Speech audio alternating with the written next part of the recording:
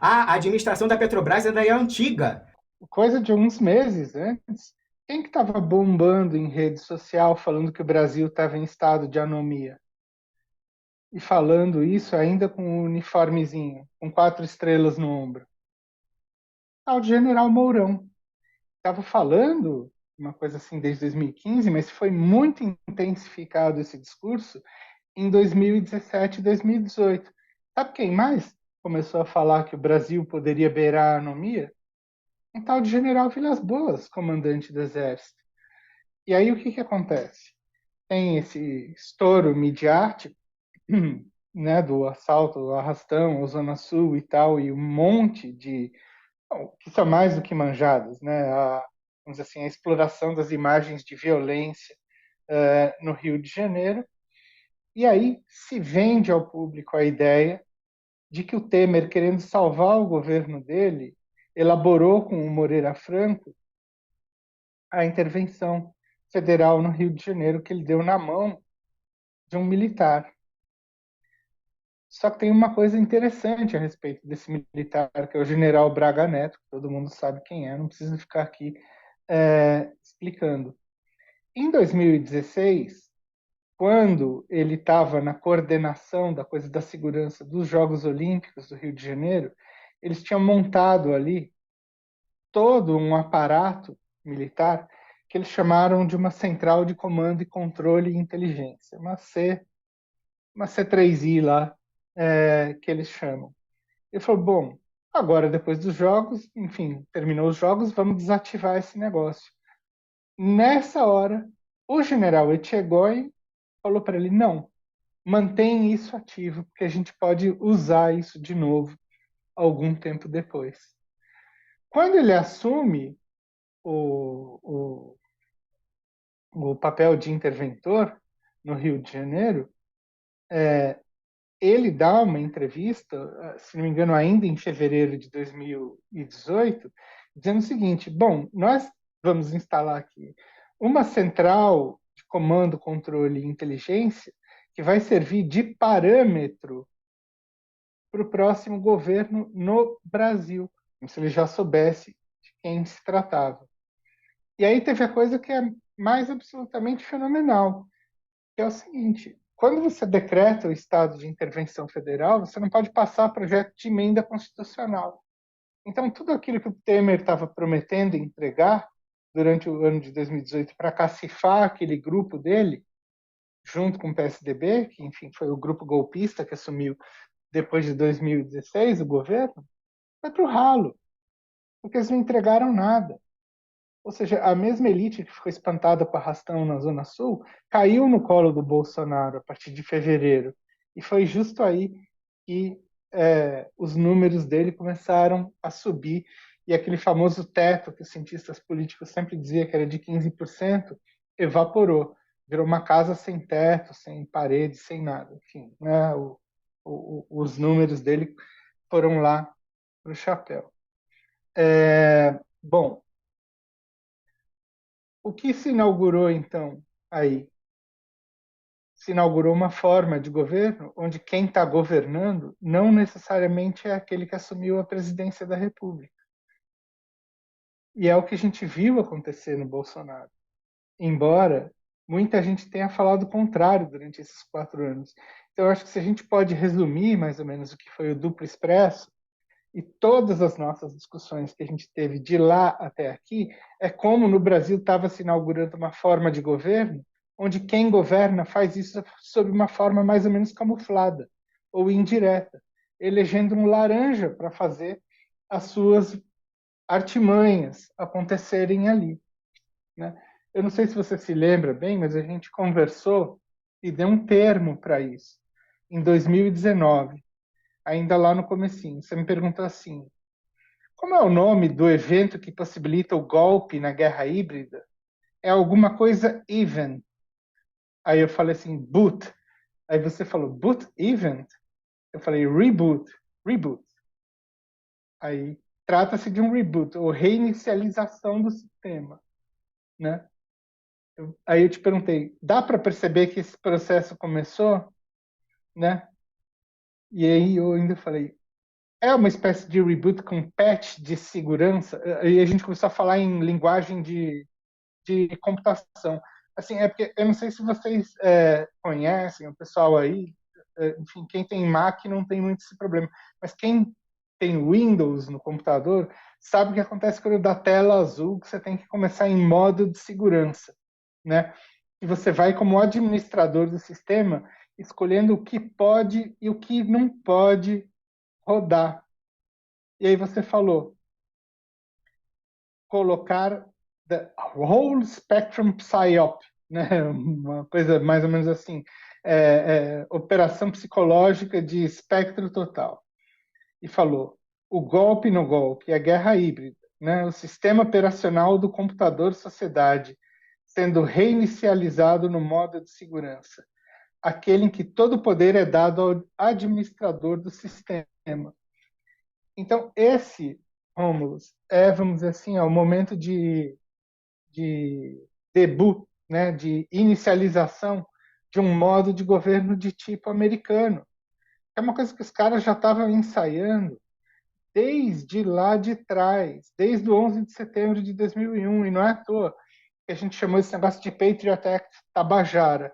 E se me permite aqui um parênteses, eu preferi abandonar essa expressão Tabajara, porque realmente os Tabajara não tem nada a ver com essa história aí, acabaram, coitados, com o carimbo na testa.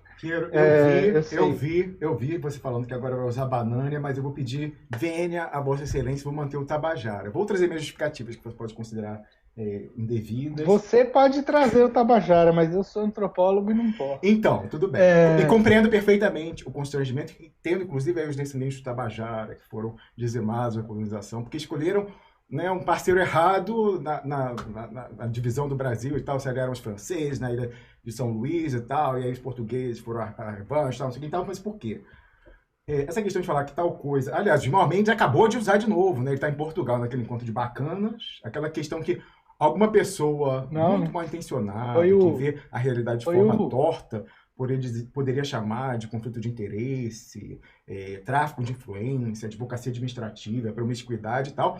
São aqueles encontros do LIDE, né? Teve um ali logo depois da eleição em Nova York, que foi aquela polêmica do Barroso, almoçando com o Cristiano Zanin, jantando e tal, discretamente, lá batendo boca com um popular, bolsonarista na rua e tal, mas agora tendo um bacanérrimo, agora na Europa, né, e tal, velho continente e tal, Portugal, porque tem gente que não pode ser um lugar porque tem dificuldade com a língua e tal, mas Portugal e tal, com a lista, tem metade do quórum do STF tá lá, rapaz, eu fui ver assim, no primeiro dia praticamente a chamada do STF, assim, tal, não sei o que, encontro com o empresário e tal, pois estavam lá, e já no primeiro dia, Gilmar Mendes mandou uma dessa sobre o comentário aí e tal, não, porque tivemos não sei o que, Tabajara e tal. Então, tá muito disseminado, primeiramente, né, dizer assim, tal. Tem essa questão, né, de... bom, aí também todos, quem não fez, mas assim, naquela disputa da colonização, uma, né, Tamoios e tal, e não sei o que, cada um se aliava com um lado e tal, e infelizmente, os Tabajaras escolheram um lado que, historicamente, foi o perdedor e tal, e pagaram as consequências, né, por conta desse erro de análise estratégica. Mas, sobretudo, é uma expressão muito disseminada e utilizada, enfim. Mas aqui tem eu não sei se em todo o Brasil, mas no Rio de Janeiro, sobretudo. Então, tem gente, inclusive, que equivocadamente já veio uma pessoa que fala assim: você usa uma expressão que é do cacete e planeta. Não, meu querido, minha querida. Cacete e planeta, as pessoas são do Rio de Janeiro, pegaram uma expressão que é de uso corrente. Não sei se começou lá, se estava disseminada e tal, mas que era muito usado, fazer uma coisa, né, capenga, ridícula e tal. Né? E concordo com você que realmente essa associação realmente aí para os descendentes é complicada, mas está colocada. E qual o problema? Passou-se, a gente passou anos e anos aí naquela história do Patriot Act Tabajara. Então, tag, do ponto de vista de comunicação, já é tão, né, contra-majoritário. Chegar agora e mudar a marca, mudar a tag, não sei o quê, vai perder a marcação. Se você clicar na tag Patriot Act Tabajara, se for outro Patriot Act, não vai achar tudo que foi publicado de lá para cá. Então, quando a gente pega as leis do senhor Flávio Dino, aí, autor da Ficha Limpa. Lembra a Ficha Limpa? Foi boa, foi ruim pra gente, no longo prazo e tal? Pois é, um dos autores da lei da Ficha Limpa e tal. Ele agora vem com um pacote de lei aí muito novo. Uma reação, tava tela em branco, assim, falou, ai meu Deus, o que a gente pode fazer depois desse 8 de janeiro e tal, não sei o quê. Aí, né, veio aí já com um pacotão legislativo, aí um pacote de abril, né? Não, foi de janeiro o pacote. Veio pacotão e tal, não sei o quê. Pois é, Aí a pessoa fala, não, mas essa crise que você está fazendo, você começou agora, indevida e tal. Não, amiguinho, a gente está falando desse pacotão aí, outras custas, outras justificativas e tal, já há muito tempo. Então, realmente, de um ponto de vista de comunicação contra-majoritária, não é eficiente, digamos assim. Mas respeito a sua visão da necessidade, pelo menos para um antropólogo, de não usar de forma pejorativa a adjetivação tabajara para Patriot Act, para Capitólio, para, né, todas as questões aí que a gente vem tratando ao longo do tempo. Não, o Patriot Act ficou, enfim, tudo bem. Eu até acho assim que as palavras, elas realmente, como pode dizer, os nomes, né, a onomástica em geral, ela tem uma dinâmica que é própria e que se descola às vezes dos próprios agentes e da sua etimologia original. O problema é que tem Tabajara ainda hoje ali, enfim, acho que estão na Paraíba, não sei. Deve ser chato pra caramba para os caras ouvirem cada vez que vem um negócio desse, fala, pô, que tal, né? Enfim, né? É chato, é isso. Mas continua o Patriot Act, eu não vou mudar esse mesmo, porque, enfim, já está no tag, mas o Capitólio eu vou mudar assim, embora eu tenha falado isso, né? Falei lá naquela, e saiu numa entrevista na Folha de São Paulo, talvez foi aí mesmo que o negócio tenha pegado, enfim, ou pegou paralelamente, todo mundo pensou a mesma coisa, mas enfim, a gente usa isso há muito tempo, né? E eu nem tinha me tocado, né? Enfim, você vê como essas coisas, talvez do politicamente correto, passam na minha cabeça lá longe, né? Enfim, mas seja como for, era algo, então, né, só para retomar, que a gente estava falando que era o seguinte: bom, esse é o padrão pós 11 de setembro. Bom, tudo bem. Olha, tem N pessoas que estão discutindo isso, Rômulo, em N lugares. Tem gente que está falando em estado securitário, tem gente que está falando vamos dizer assim, dessa coisa em como ela se implementa nos regimes neoliberais. Enfim, tem 50 mil, vamos dizer assim, fios que você pode acoplar, né, nessa engenharia. Mas a gente tratou de um lado dela, é um lado muito específico, que é o modo pelo qual a máquina jurídico-militar, porque elas estão consorciadas nisso, tomou forma lá nos Estados Unidos e começou a se aplicar pelo mundo inteiro. Não dá para esquecer, nunca, que o próprio conceito de lawfare, esse que eu não sei, que está no livro do Zanin, muito bem descrito, que eu não sei se ele esqueceu ou não, mas enfim, seja como for, são outras questões. É um conceito criado por um militar da Força Aérea Americana, Charles Dunlap, tenente-coronel lá da Força Aérea Americana, falou. Por quê? Porque depois do 11 de setembro, sempre foi um problema desses caras pensar o seguinte: como que a gente pode produzir uma ação sem que isso tenha respingos legais na gente? Esse é o problema dos militares. Disso evoluiu para a ideia de como fazer os meios legais produzirem ações que são ações militares. Quer dizer, em essência, a guerra híbrida é mais ou menos isso daí, né? É uma guerra que evita você colocar as ações militares como se elas fossem militares. Então elas vão o quê? Elas vão operar os outros campos da vida social para fazer, vamos dizer assim, os objetivos de guerra serem atingidos, que é fazer o inimigo perder a vontade, enfim, fazer os outros trabalharem para você, enfim, é terceirizar a ação do inimigo a seu favor. No limite, é mais ou menos isso. Então, a nossa preocupação foi essa, e a nossa pergunta agora, em começo de governo Lula, é: isso aí foi desmobilizado ou pretende ser desmobilizado? Ou vai ser um governo de adequação a essa forma? Eu acho que é uma pergunta mesmo que eu tenho, vamos dizer assim, uma intuição na minha cabeça, mas é uma intuição. Eu acho que, pelo que a gente começou a ver no dia 8 de janeiro e nas respostas a isso, Isso não vai ser desmobilizado. Aliás, 8 de janeiro, que belo presente de aniversário que eu ganhei. Eu nasci dia 8 de janeiro. As respostas que a gente está vendo são o quê?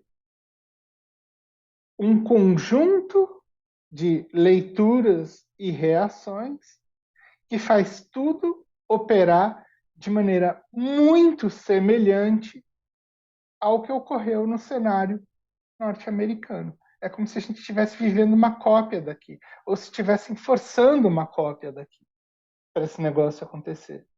Até no começo do ano, janeiro, no momento, quer dizer, não foi no dia 1, né? Eu tinha chutado que ia ser no dia 1, quando eu tinha falado em Capitólio, Tabajara, mas foi no dia 8, uma semana depois.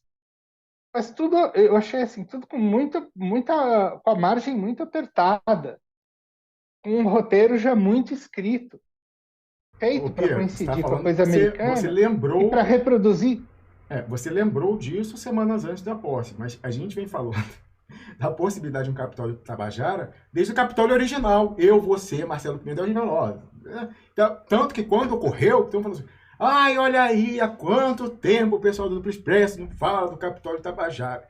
Aí eu pergunto, Exatamente. inclusive, Logo, posso resgatar aqui uma publicação nossa, que é o seguinte, hoje já se sabe, né, nem quem é mais atento, já está no mainstream, porque o Tucker Carlson, no ano passado, salvo engano, colocou lá extratos dos processos que estão rolando em segredo de justiça na Justiça Federal dos Estados Unidos sobre a insurreição e tal. Né? Pois é, dando conta de que a pessoa, bom, talvez seja apenas coincidência, mas a pessoa mais incendiária, a pessoa que mais botava pilha, o maior instigador, o maior recrutador de aloprados, era alguém que há décadas era, será que ainda é, informante do FBI. Né? Aí o que acontece? Olha que interessante isso, é muito interessante. E você vê como é um limited hangout. Eu estou aqui endossando a prática jornalística 100%, passando cheque branco no Tucker Carlson? Não, é um limited hangout tanto quanto o Glenn Greenwald. Já vê por isso que eles cooperam tanto, né? Estão online, então por quê? O cara, no programa dele, colocou esses extratos, inclusive levantou algo muito interessante, porque o equivalente lá nos Estados Unidos ao crime de formação de quadrilha é o crime de conspiração. Que é aquela coisa, você tem que ter tantas pessoas e tal.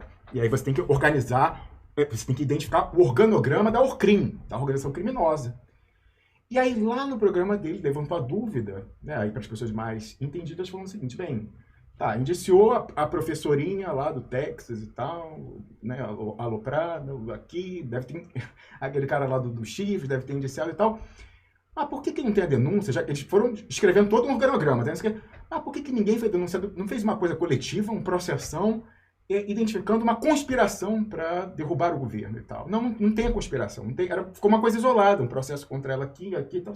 Mas por que não? Aí, né, ali deixava muito passando no programa dele, perdido em um dos milhares de programas dele da Fox. Bom, se a Justiça Federal for, isso aqui é uma conspiração, aí tem que identificar o crime, botar e tal. Mas não, tá cheio de tarja, né? E o nome dessa fonte do FBI e tal não pode. Aí ia pegar, se botasse a organização, né? Ia ter que botar o lugar na hierarquia. Não, quem falou com a professorinha, quem foi, não sei o que tal, não. Eu, no dia que saiu isso, eu comentei certamente aqui no programa, nas minhas redes, falei, gente, olha isso e tal, não sei o que, blá, blá, blá. Aí qual foi a minha surpresa? Quando meses depois o Tucker Carlson fez um grande documentário, né? Definitivo sobre o 6 de janeiro, né? O Capitólio original, não sei o que tal. Eu falei, não, então ele vai aprofundar isso, né? Ele vai trazer o organograma que ele conseguiu montar e tal. Menino, não há uma menção a essa história de conspiração, de crime de conspiração e tal. Saiu, sumiu. O que era mais relevante de tudo o que já foi falado no programa dele sobre isso, sumiu do documentário que causou frisson, né? O pessoal na Câmara dos Deputados, dizendo, não sei o que e tal, fizeram programas preventivos antes e tal. Sumiu. Limited Hangout, aquele documentário. Aí, aí você vê, tudo é uma repetição e tal. Será que é? Não é? Ficou essa discussão e eu fiz questão de pegar, porque no próprio dia lá do 8 de janeiro do Brasil, já começaram a circular na bolha bolsonarista, e se você quer fazer uma análise completa, você tem que olhar tudo. Você tem que olhar, né, o lado petista, o lado bolsonarista, o lado, né, isentão, o lado muito pelo contrário, o pessoal que está extra-cismogênese, identifica e tal. Você tem que estar olhando tudo, né, e pegando. Aí eu vi que começou a viralizar nos bolsonaristas aqueles vídeos, né, de Black Bloc e tal, sujeito e tal. E aí passagens do próprio dos bolsonaristas cercando, não, esse é infiltrado, querendo quebrar, querendo queimar, isso aqui e tal, e cercando e tal. Aí, qual foi né, a pegada dos bolsonaristas? Isso aí são infiltrados do Flávio Dino, do Dino, são homens do Dino que entraram de esquerda para, né, queimar o nosso filme e tal, não sei o quê. E aí a pegada anti isso, né, porque não tem mais A versus B nessas coisas, né, é A e anti-A. Aí a pegada anti-A nos pequenos falou, não, que infiltrado, não sei o quê, olha aí, o cara tá com a camisa do Bolsonaro. Eu vi o vídeo exclusivo no Fantástico, o cara que vem e quebra o relógio que a corte francesa deu para Dom João VI, que ele levou em 1808 para o Brasil. Ele tá com uma camisa do Bolsonaro. Logo, ele não pode ser infiltrado, ele é bolsonarista. A gente está nesse nível, né, enfim, de doença do debate público, digamos assim. Um com o outro como prova definitiva e tal. Ah, inclusive, né, qual é a prova dos bolsonaristas, que eram homens do Dino, é que esse pessoal Black Bloc aparece no vidro pelo Planalto e tal, filmaram que eles lá em cima estão passando e ninguém para. Então, isso mostra que, né, a segurança do Planalto, se havia e tal, deixou... Segundo o bolsonarista, não havia problema para esse pessoal passar, que eles filmaram lá na segurança do Palácio do Planalto, é a prova de que eram homens do Dino. Né? Então, o Flávio Dino é quem faz a segurança do Palácio do Planalto. E para os PTminions, né, a prova de que não havia infiltração nenhuma é a camisa do Bolsonaro, do sujeito, né, que olha a câmera, ele quebra depois. Ele quebra a câmera depois. Primeiro ele derruba o relógio do Dom João, da corte francesa, dado do Dom João VI, né, legado ao Brasil. Primeiro ele quebra, né, primeiro ele joga no chão e depois ele quebra a câmera. Não, inclusive porque chegando na câmera você aparece, né, a cara do Bolsonaro na camisa. Então, esse é o nível. Esse é o nível. Então, mas eu fiquei pensando, me pergunto assim, infiltrado, se for infiltrado, só pode ser do Flávio Dino? Né? Então, a gente fez por causa... Bom, lá na Matriz, no que ficou muito perdido, ninguém quase não fala, o próprio Tucker Carlson, quando foi fazer um documentário sobre ele, esqueceu, o maior instigador, articulador, a pessoa que praticamente falava, que nem no Brasil, né, nos atos, tal, tem a pessoa que faz o ônibus, freta o ônibus e tal, praticamente era o informante do FBI de décadas, né? Sabido, tá lá no processo da justiça, identificaram o sujeito e apareceu. Agora, no Brasil, se a infiltração, né, me parecia ali, até porque, interessantíssimo, na imagem do próprio Bolsominion, tem um lá que tá de Black Bloc, né? Aí vem um Bolsominion, um tiozão daqueles, arranca né, o pano que tá cobrindo a cara dele, aí começa a juntar, ó, infiltrado, infiltrado. Aí o sujeito sai correndo pro choque da PM. Ele corre pro choque da PM de Brasília e o pessoal cerca imediatamente. Cerca, porque senão ele ia ser linchado, né? Interessante. A PM ali não fazia nada. Tinha o pessoal da PM fazendo live blogging, né? Tirando foto, selfie com o pessoal quebrando. Agora, nessa hora que o Black Bloc tava no perigo de ser linchado ali pelo pessoal, aí a PM lá, o choque da PM acordou, cercou o cara e garantiu. Quem é esse sujeito? Aliás, eu apostei naquele dia, não vi ninguém cobrar o prêmio para eu estar errado. Eu falei, não vai aparecer a identidade desse pessoal aí, Black Bloc infiltrado, não vai aparecer desse sujeito que quase foi linchado, e o choque da PM secou, né? Teria levado e tal. Né? Vocês estão identificando, né? Os autores, alguém que estava sendo identificado como radical pelos radicais, esse sujeito seria a primeira identidade a aparecer. Eu falei, ó, não vai aparecer. Salvo melhor juízo, quero até, se você sabe aí, coloque o link no nosso chat ao vivo no YouTube, se apareceu a identidade do sujeito, porque em princípio eu acho que eu tô certo, e não apareceu, assim como até hoje a gente não sabe o nome do informante do FBI, Piero Leiner. Não, e nunca aparece a identidade desses caras. Jamais.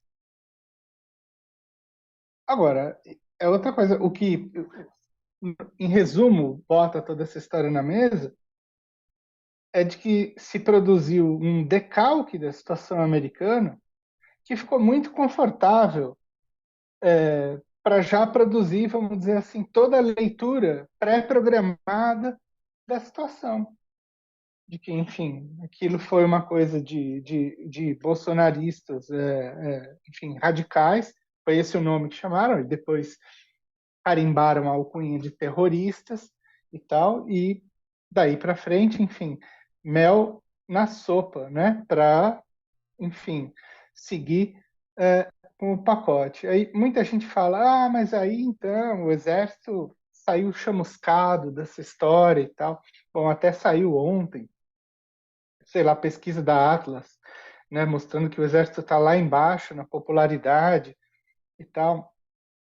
Mas, independente disso, vamos pensar no seguinte: o exército tinha um problema, não tinha? Ele tinha um problema que era se livrar do plug que o Bolsonaro representou em relação a eles durante 4 anos. E, nesse sentido, eles foram muito bem sucedidos. Por quê? Qual foi a tática deles? Eles deixaram os caras ficarem 60 dias acampados ali, falando: vai lá que depois eu vou. Vai lá, quebra tudo, depois eu chego lá e dou uma força aí para vocês.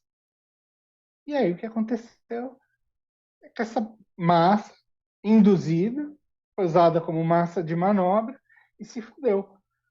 E aí qual foi, vamos dizer assim, a resposta deles? Eu não estou interessado em pensar do resto. Estou pensando na resposta que os bolsonaristas começaram a dar isso. Foi: o exército nos abandonou. Não é isso que o exército estava precisando? Exatamente isso? Passar a ideia de que o legalismo triunfou ali e que agora eles emergiram com um novo governo? Porque essa é uma operação que eles estão tentando fazer, uma operação psicológica de rebranding deles, que estava, assim, absolutamente acorrentado, como o Houdini se jogando com uma bigorna no Rio Sena. E eles precisaram fazer uma espécie de passe de mágica para se livrar desse negócio e sair lá do fundo do rio. Vão queimar o próprio pessoal? Ah, alguns aqui e ali. Vamos ver quem vai ser. Ainda está, acho que, muito em aberto, com N coisas que estão se acoplando e problemas ali. Mas eu acho que, do ponto de vista deles, foi uma operação muito bem sucedida essa. Porque eles tinham um problema, um duplo problema: fazer esse pessoal desatar deles e, dois, desbolsonarizar, entre aspas, a própria tropa, que foi convencida da operação que eles criaram, entendeu? Quer dizer, não é um negócio que eles estão isentos, né, do processo de lavagem cerebral e fritação de neurônio que eles próprios criaram durante 4 anos, né? Você pega, tem gente ali que acredita piamente, o próprio, enfim, Marcelo Pimentel fala isso: 95% dos militares são bolsonaristas. O atual comandante Melancia, General Tomás, com o seu discurso legalista. Ele não é o novo Marechal Lott, Piero? Piero? Teve um articulista aí, Novo Marechal Lott? Luiz Nassifra, alô Nassifra, do dossiê Fajuto, então. Botou, chega o novo Lott e tal, Marechal Lott. Chega o novo contra-golpe legalista. Uma nova geração para salvar a democracia. O general Tomás foi o sujeito que abriu as portas da AMAN para o Bolsonaro fazer o seu primeiro comício em 2014. Era o chefe de gabinete do Vilas Boas na época do tweet. Ele redigiu e botou na rede social o tweet. Tweet que passou pelo alto comando. Então, o tweet, que Piero, esse pessoal estava todo em julho. O tweet que foi em julho, né, meados de 2018, e que foi esquecido. Não sei se foi abril. O tweet para o STF, acho que foi em julho, meados do ano ali. De 2018. Foi na véspera do julgamento do HC. Isso.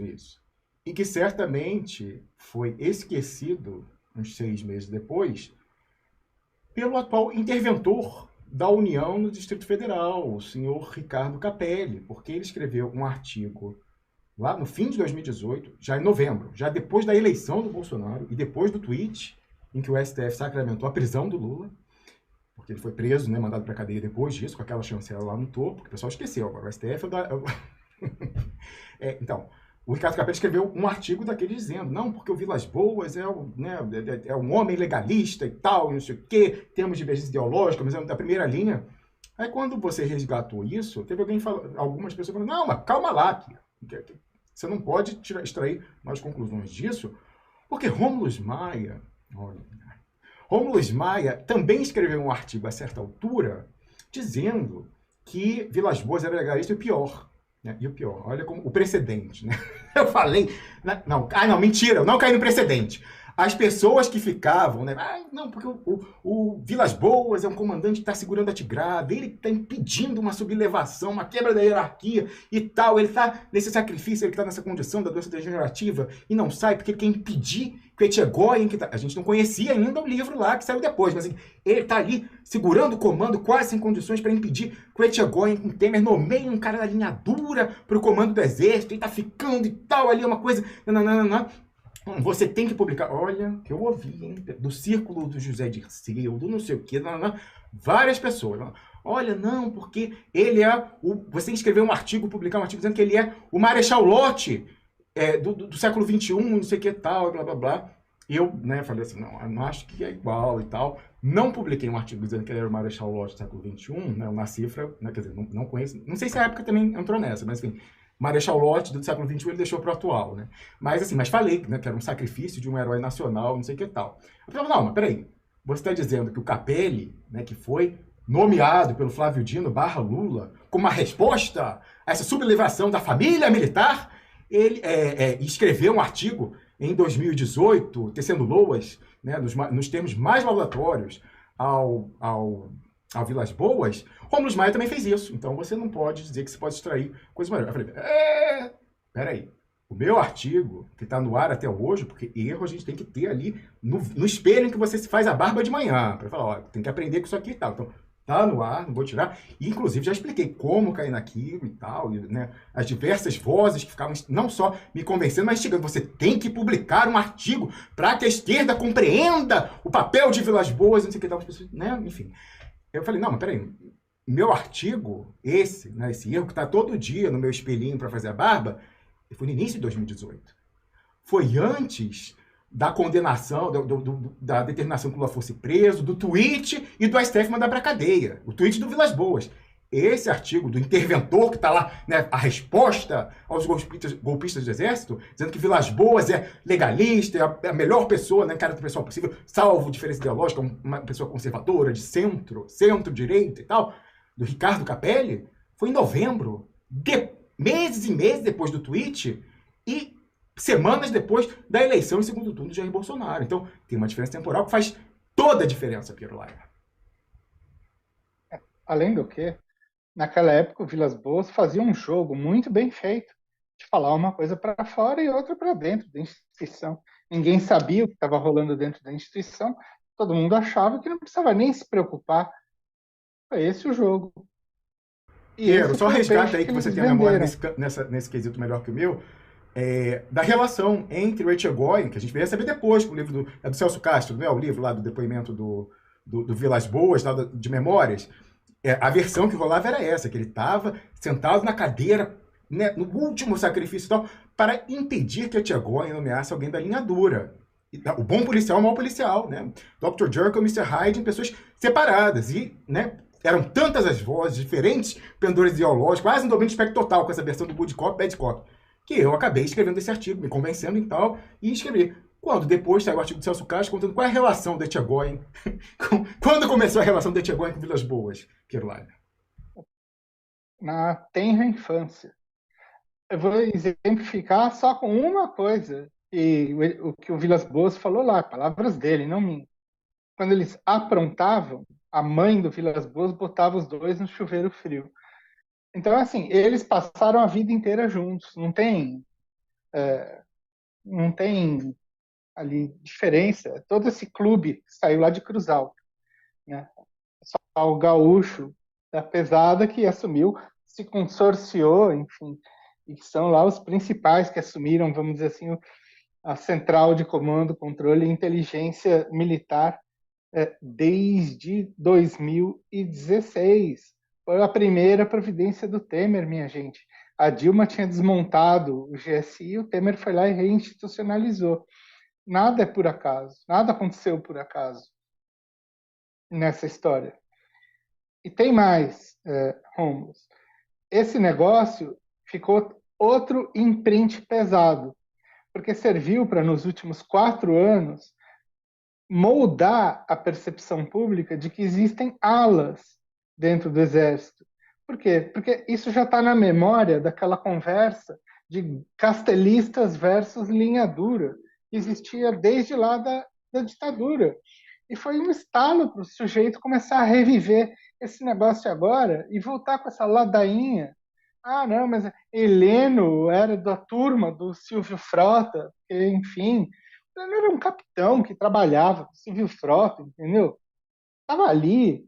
Não dá para dizer que ele era lá o conspirador junto com o Silvio Frota, linha dura. Sei. É evidente que o Heleno tem posições que são horrendas, né, a respeito de quase tudo, mas ele fez uma carreira solo. Ele não dependeu de Silvio Frota, coisa nenhuma. Essas coisas apagaram na década de 80 e 90. O Leônidas passou uma borracha nisso e o pessoal adquiriu uma outra estrutura ali. Não tem essa disputa de alas. Ouçam que os que são de dentro falam 95% são bolsonaristas, 5% ficaram quietos e, portanto, foram cúmplices do negócio. E teve o Marcelo e o Heraldo, que falaram. Dois no universo de 350 mil. Quantos foram punidos por colocar a sua opinião contra a politização militar ou a militarização da política, enfim, seja como for? Gente do céu, não é possível que o pessoal não perceba isso. Então, o imprint, de um lado, foi esse. Do outro, o imprint Trump igual a Bolsonaro. Os conflitos de lá são iguais os conflitos daqui, civilização, barbárie, etc. e tal. Então, a gente está num copycat e o Capitólio Tabajara, ops, bananeira, veio para confirmar toda essa história. E aí a gente precisa ver o que vai vir para frente. Como você bem lembrou outro dia, será que a Michelle Obama vai disputar a presidência nos Estados Unidos e a Janja aqui? Ia ser curioso, não ia? Quer dizer, a gente chegar nesse nível de decalque. Mas, Rômulo, desde quando eu não consigo lembrar? Seria legal que alguém do pessoal expressionauta levantasse quando foi o primeiro programa que a gente falou que o PT ia se tornar uma espécie de filial do Partido Democrata aqui no Brasil. Eu acho que foi desde que a gente começou a discutir a história do famoso áudio enterrado dos ASAPs, do Luciano, do impulsionamento dos ASAPs lá pelo Luciano Hang e os empresários. Por quê?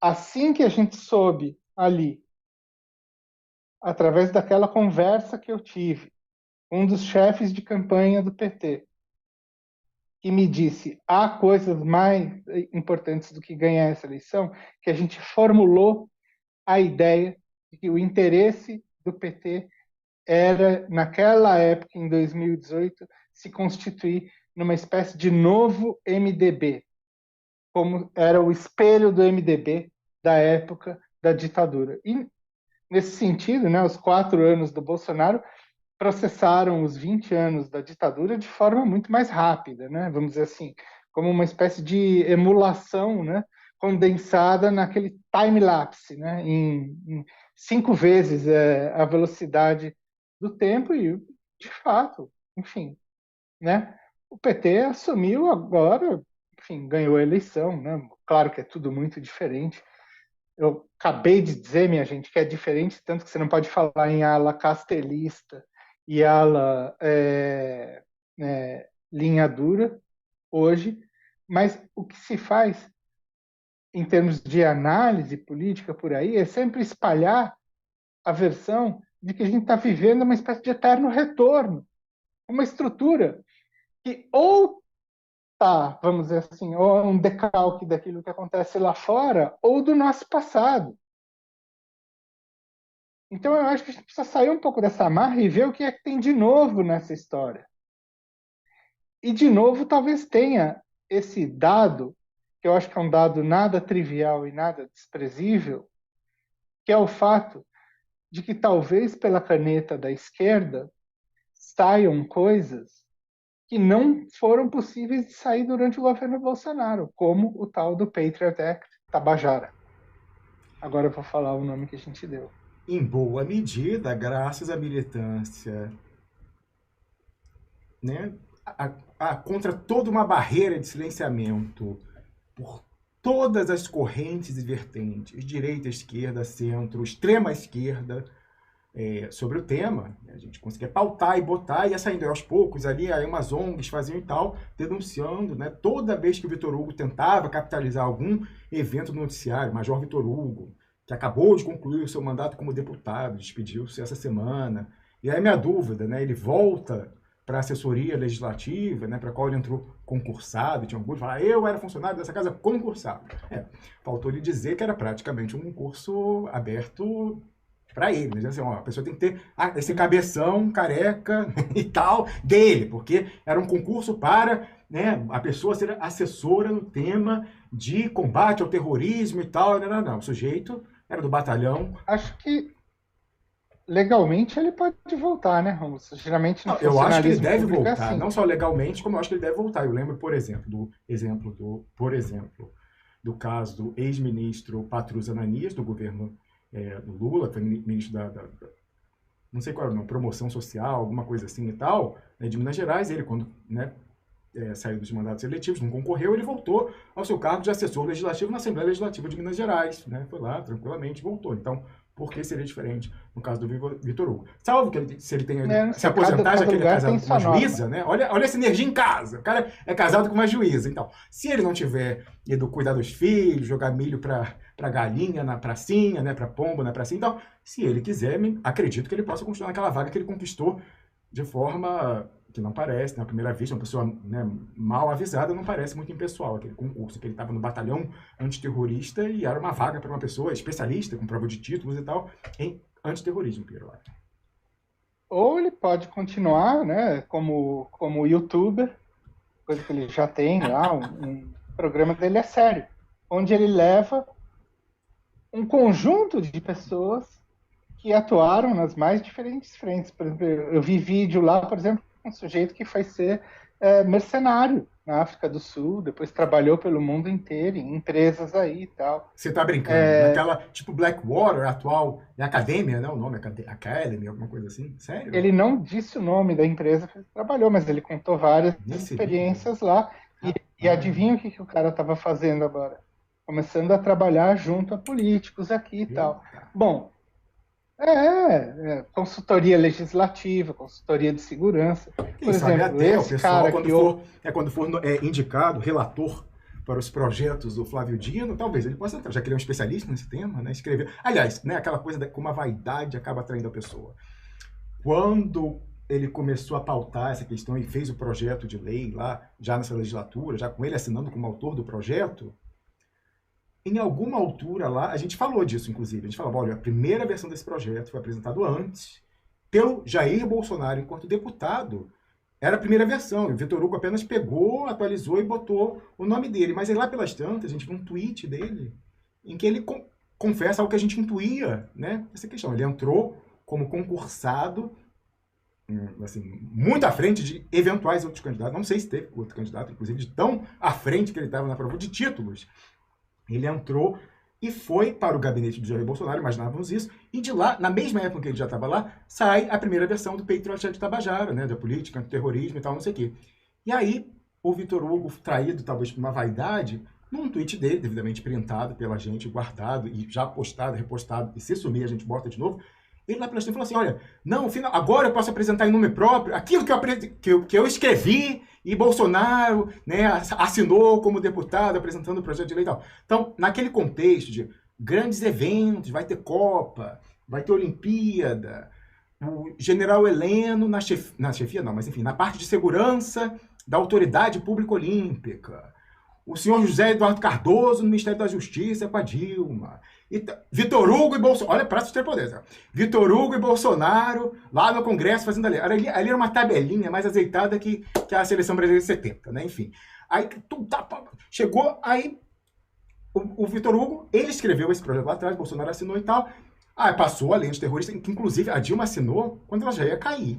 Né? Ela assinou nas últimas semanas de mandato dela, uma lei, inclusive, a gente tem um depoimento que foi veiculado aqui no ar do programa, de um advogado, professor de uma Universidade Federal em Minas, que naquela altura estava como, né, representante de um programa da ONU no Ministério da Justiça, e disse que chegou a ordem de barra, tem que passar isso daqui e tal, a lei antiterrorismo e tal. Não. Aí todo o pessoal ali que está ligado a essa militância de, né, direito penal mínimo e tal, garantias individuais, falou, não, mas isso é um terror, isso aí vem sendo usado mundo inteiro, copy-paste do Patriot Act para interno depois do 11 de setembro e tal. A gente sabe o que é isso, que isso não é para pegar barbudo, moreno e tal, que quer explodir avião, isso vai se voltar contra, né, o pessoal, tal, não sei o quê. Eu falo, não, a gente sabe disso, mas cala a boca que tem que passar. A ordem superior tem que passar, não sei o que e tal. Essa lei lá atrás, o Vitor Hugo falou. Então, ele pode voltar agora, ao mesmo papel que ele exerceu, não em nome próprio, nesse ghostwriter da lei, a pessoa continua com as mesmas qualificações que conduziram a Câmara nesse concurso impessoalíssimo, continua na qualificação, de repente, para ajudar quem seja designado relator dessas leis do Flávio Dino, Pierre Leiner. Não só, as primeiras versões do Manual de Operações de GLO de 2013, que GLO é antes, eu acho, mas da reedição do Manual de Operação GLO de 13, de 14 eu acho que eles já deram uma ajustada nisso.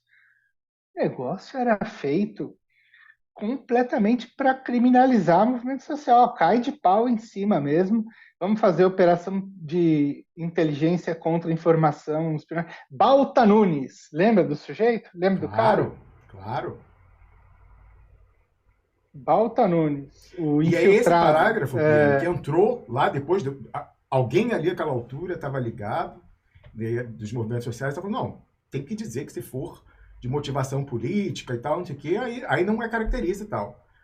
Aí, justamente, eis que vem 8 de janeiro, né, esse ano, então, o pessoal, não, mas ó, não pôde caracterizar. Aliás, todo mundo, né, a Globo, isso aqui, é terrorista, terrorista, terrorista. Bom, terrorista.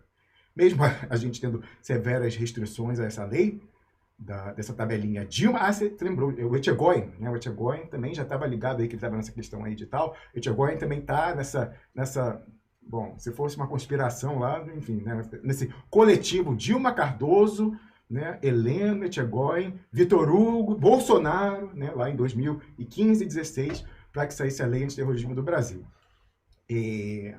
Até perdi o fio do que ia falar. Pega aí, Piero. Não, você estava falando exatamente de como foi feita nos estertores essa lei antiterrorismo, enfim, de que ela passou azeitada pela caneta da esquerda e, pelo visto, agora vai passar exatamente de novo, do mesmo jeito, com as suas readequações. Vamos ver o que vai sair. É verdade também que muita gente meteu a boca no trombone, Romulo. Você acha que é certo que dessa vez passa? Preciso dizer. Porque me surpreendeu, juro, fiquei surpreso e publiquei.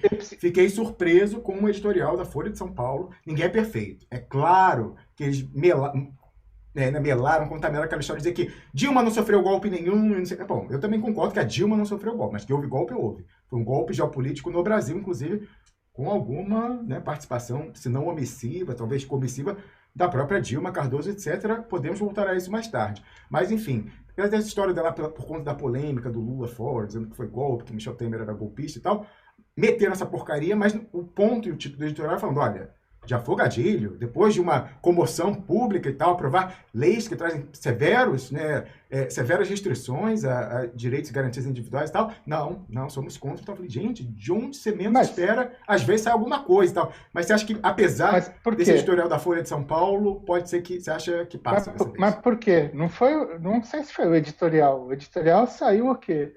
1 ou 2 semanas depois, que me deram uma entrevista de página inteira na edição de domingo na Folha, onde eu falo exatamente isso. Se tinha interesse militar nessa história, era conseguir cravar depois um pacote de leis que tornasse eles muito próximos do sistema de informações que vai identificar quem é quem na história, vamos dizer assim, das ameaças híbridas no Brasil. E isso já está dado num dispositivo.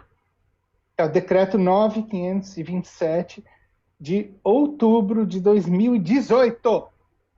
E diz o seguinte: toda a série de crimes que podem, ou de ilícitos, que podem estar alavancando atividades que representem risco ao Estado têm que necessariamente ser dirigidos para uma avaliação no GSI. E quais são os órgãos que estão subordinados à detecção desses crimes que vão ser jogados para o GSI? Polícia Federal, Polícia Rodoviária Federal, polícias estaduais, COAF, Receita Federal. Olha só, não tem nada de novo. Peraí. É o mesmo Certamente o primeiro PTK. decreto de Lula / Flávio Dino foi mexer em toda essa estrutura, tirar tudo. Não foi? Não. Até onde eu sei, isso não foi revogado. Quer dizer, uma questão de organização do Poder Executivo que não tem que ter aprovação legislativa, não é disso. É tão ad nutum, tão discricionário, tão bastando à vontade política, quanto mudar imediatamente a presidência da Petrobras, em vez de esperar indicar um candidato e o conselho aprovar, enquanto isso o pessoal tocar a boiada para entregar tudo, né, enquanto desce. Aliás, menos ainda, porque nem conselho, o presidente baixa, né, o presidente, o ministro da Justiça e tal, pum, decreto, pum, foi. Não foi. Bom, aí você vê o seguinte, né, manchete de outro dia aí, né, Lula corta não sei quantos militares do GSI.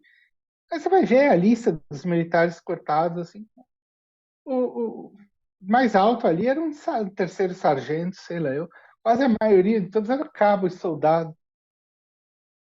Assim, até outro dia, o número era o cabo e 2 soldado que podia ter ido lá naquela história número... fechar o STF. Esses foram mandados embora, né? O cabo e o soldado do Eduardo Bolsonaro. Não fecharam. Ele errou só o vetor, não fecharam, abriram. Bom, o número 2 do GSI do Heleno estava ali até outro dia, que aí o que acontece? Aí as pessoas prestam atenção. Sai na imprensa, bom, aí você tem que fazer alguma coisa, mas se deixasse, ia passar. Eu não sei o quanto se mexeu na estrutura do GSI. O Ministério da Defesa, eu vi o organograma novo dele, foi passado num grupo desse que eu tô, de Zap, ainda ele é inteiro militar.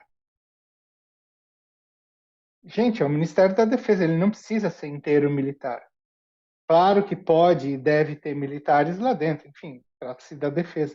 Mas ele não precisa ser inteiro militar. Tem o Múcio, um monte de militares.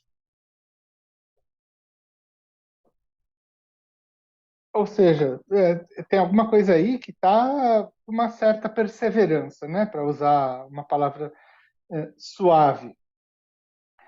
Mas o que é mais interessante nessa história é a ideia, vamos, de que a fusão entre coisas que são da justiça e coisas que são da defesa não está sendo desatada. Esse nó continua bem apertado. Então, essa conversa sair de um projeto sob a caneta do Dino e tal é muito sugestivo. É muito sugestivo. Sim, então, senhor. Pensando essa ideia de terrorismo doméstico e tal, né? Enfim. Olha que interessante, Piero. Uma grande diferença do Patriot Act, o Tabajara, para o original, após 11 de setembro, foi justamente que, na matriz, aquela lei não se aplica ao terrorismo doméstico. Igual que foi a grita depois do Capitólio. Temos que ter uma lei contra o terrorismo doméstico. A gente já não tinha esse problema, porque desde o início a nossa lei antiterrorismo é contra o doméstico, né? E as novas mais ainda, depois do 8. Então, tem essa diferença entre a filial e a matriz que, né, guardam relação com isso aí que você está falando. Só uma coisa que você mencionou passando, que eu acho que é até caricato em alguma medida, porque a gente estava falando aqui em privado, mas parece que já está chegando até ao senso comum. Que você falou, né, da nossa conversa dias atrás, especulando que, né, que seria o paroxismo do copycat matriz filial Tabajara, né, sair Michelle Obama como candidata democrata na sucessão de Joe Biden, parece que está sendo rifado, né? O pessoal, ele foi falar que estava pensando em reeleição, o pessoal começou a dizer, não, você é igual ao Trump, você também guarda documento secreto e tal, não sei o quê. Incrível essas coincidências temporais da vida. O cara falou que queria disputar a reeleição. Primeiro ele veio com aquela história, eu vim só para um mandato e tal, parecido com alguém também. Eu vim só para um mandato, não sei, e tal. Aí começou a falar de reeleição. Mas isso foi matéria do Estadão hoje, ou ontem. E Lula falou, não, se precisar eu vou para reeleição. Aí todo mundo, Você viu isso? Não vi, rapaz. Que o Lula falou? Não vi. Pois é, saiu isso ontem. Mas tem já o plano B. Mas então, isso que a gente tá falando, mas tem um plano B. Lá o pessoal não gostou que o Biden, quando ele falou. Primeiro veio combinado, olha, ele já tá, né, senhorzinho vem pra. Calma, gente, a transição e tal, não sei o quê. Pareceu uma coisa. Não, e eu lembro, gente, tempos atrás, quando começou aquela coisa da ressurreição política do Lula, por obra e graça do STF, sem nenhuma mobilização popular, nada, que muito pelo contrário, né, do nada, os mesmos que botaram na cadeia e tiraram os direitos políticos, falaram, não, agora e tal, não, nem falaram meia culpa, nem máxima culpa, mas não, olha isso aqui, essa coisa política, um absurdo e tal, não sei o quê, enfim. Né? Do nada não, Rômulo. Eles foram iluminados pela Lava Jato. Eles não sabiam que tinha um conluio entre Sérgio Moro e procuradores. Não. Eles não tinham visto aquela cena do Sérgio Moro comendo pipoca com o Dallagnol no cinema. Não, mas tudo bem. Precisava do chat. Sabe o que é interessante? Se o gringo troqueiro não fosse um Limited Hangout, certamente teria saído um chat maior ainda, que aí, né, ia ser talvez um pouco disruptivo, para usar essa palavra da moda gringa, né, que entrou. Todo mundo agora é disruptivo. Né? Ninguém era disruptivo antes, agora todo mundo é disruptivo. Então, que é um chat do José Eduardo Cardoso com o Deltan Dallagnol, mandando material para ajudar o Deltan Dallagnol a prender o Lula. Vamos demais. Se houvesse esse chat não é uma comunicação em caráter pessoal, né? Porque o gringo truqueiro, o Glenn Grant, falou, não, eu fiz a curadoria, mas foi só para tirar questões, fotos íntimas, privadas, preservar famílias. Não foi isso que ele falou, não foi? Mas peraí. Uma comunicação do então ministro da Justiça, do PT, da Dilma Rousseff, mandando mídias, até mídias, não era só mensagem, mídias, para Deltan Dallagnol, para ajudar ele. Isso certamente o gringo truqueiro teria passado no filtro dele, da curadoria. Como você pode ser leviano e mencionar isso e tal, não sei o quê? Bom, a gente tem, inclusive... Lembra, você aí, joga no Google, você vai achar até a matéria do Brasil 171, daquela época aí que começou a voltar a história do hacker e tal, não sei o que ele, quando voltou à mídia, falou, começou a ver as primeiras entrevistas e tal, falou, ele vem, né, aí sai na imprensa, Brasil 171 e satélites. Hacker Delgatti, o Arara Hacker, né, o hacker de Araraquara, sobrinho da grávida de Taubaté. Então, ele fala que tem... é tudo perto, interior de São Paulo, aí se bobear, você daqui a pouco, né, na próxima geração, entra na família. Mas então, então, não sei o que, ele vai e fala que tem um traidor no PT.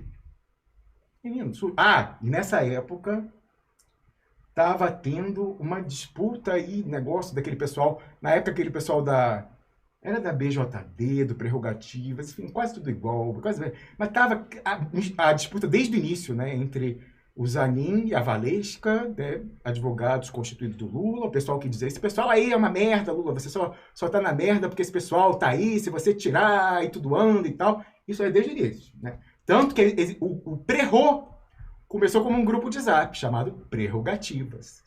E teve aquele meme clássico, né? Fulano saiu do grupo. Me falaram que não tem mais isso, cara. Agora você sai do grupo do Zap, não aparece mais. Fulano, cara, climão, né? Fulano saiu do grupo e tal. Mas nessa época tinha. E aí saiu nessa imprensa de notinhas plantadas, sabe na época? Valesca e Zanin saem do grupo Prerrogativas, criado por advogados de vítimas, alvos da Lava Jato e tal, assim. Aquilo era tenso. O pessoal tentando derrubar os dois, destabilizar e tal. Todo o processo. Hoje em dia, tudo não é melhores amigos, né? Tanto que aí naquele jantar oferecido pelo Prerro, pro Lula e o Alckmin, quando sacramentou, um dos keynote, acho que o keynote speech foi do Zanin, né, a pessoa que conseguiu fazer a guinada, né, a gente estava na barbárie, voltamos ao império da lei, né, lawfare se havia livro sobre lawfare, queimem-se os livros, se havia livro, queimem-se os livros, né, não tem mais livro, não tem lawfare, enfim, todas aquelas condições sumiram da noite para o dia. Pois é, então você vê, o pessoal que tentava tirar de alguma forma, né, talvez se converteu também, e aí o cara que era para ser derrubado vira, né, o grande orador da noite, do jantar em homenagem à chapa e tal, não sei o quê.